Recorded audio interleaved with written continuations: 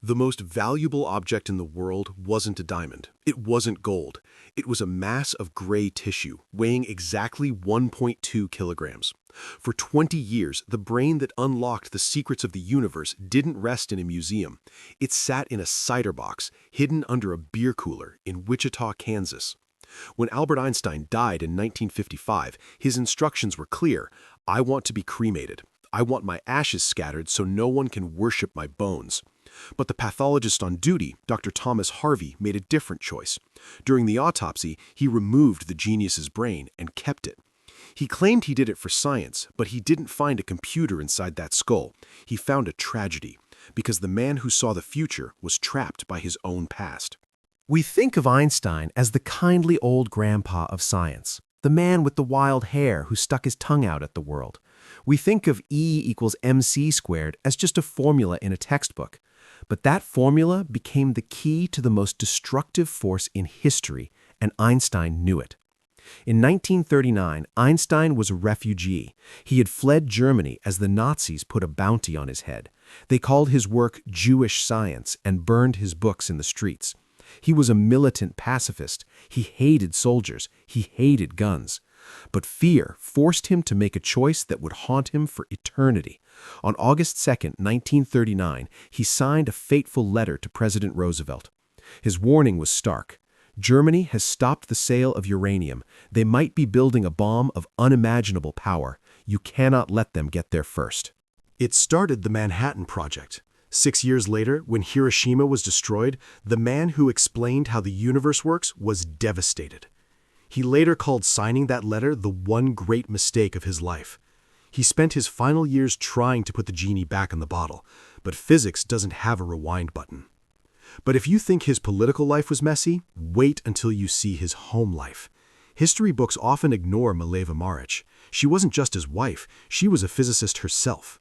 Some historians even debate the extent of her contribution to his early work. Did she check his math? Did she help refine the theory? The truth remains buried in their letters. But as Einstein's fame grew, his heart turned cold.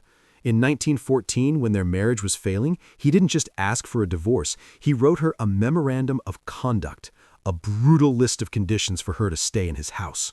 These are his real words. Condition A, you will make sure my clothes and laundry are kept in good order. Condition B, you will renounce all personal relations with me.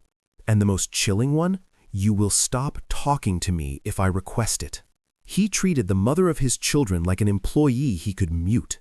Mileva accepted these conditions for the sake of their sons, but eventually he left her for his cousin, Elsa. The genius could explain gravity, but he struggled to understand empathy. Albert Einstein had a favorite son. His name was Eduard. He called him Tete.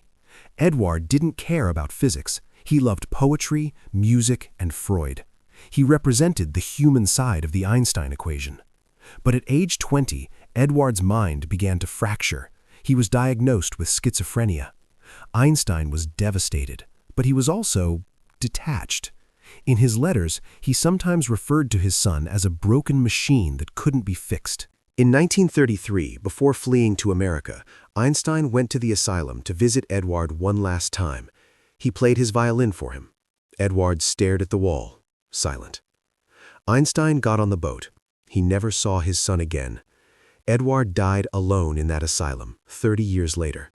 The son of the most famous man on earth was buried in a pauper's grave. While Einstein was struggling with his family, the American government was watching him. You might think America welcomed him as a hero, but J. Edgar Hoover, the paranoid director of the FBI, was deeply suspicious. Why? Because Einstein didn't just do math, he fought for civil rights. He famously called racism a disease of white people. Hoover saw him as a radical, a potential subversive. By the time Einstein died, the FBI had compiled a file on him that was over 1,400 pages long: wiretaps, surveillance reports, intercepted mail. They wanted to find a reason to deport the man who warned them about the bomb, but they couldn't. He was too famous to touch. So who was he really? The genius who rewrote reality? The pacifist who feared his own creation? Or the flawed man who couldn't solve the equation of his own family? Every time you use your GPS, the system has to adjust for the curvature of space-time he predicted. He is woven into the fabric of our modern world. They took his brain to find the secret, but the secret wasn't in the gray matter. It was in the courage to ask the questions that no one else dared to ask. If you want to learn about another genius whose life was a battle between brilliance and madness, click the link in the description. What really happened to Nikola Tesla might surprise you.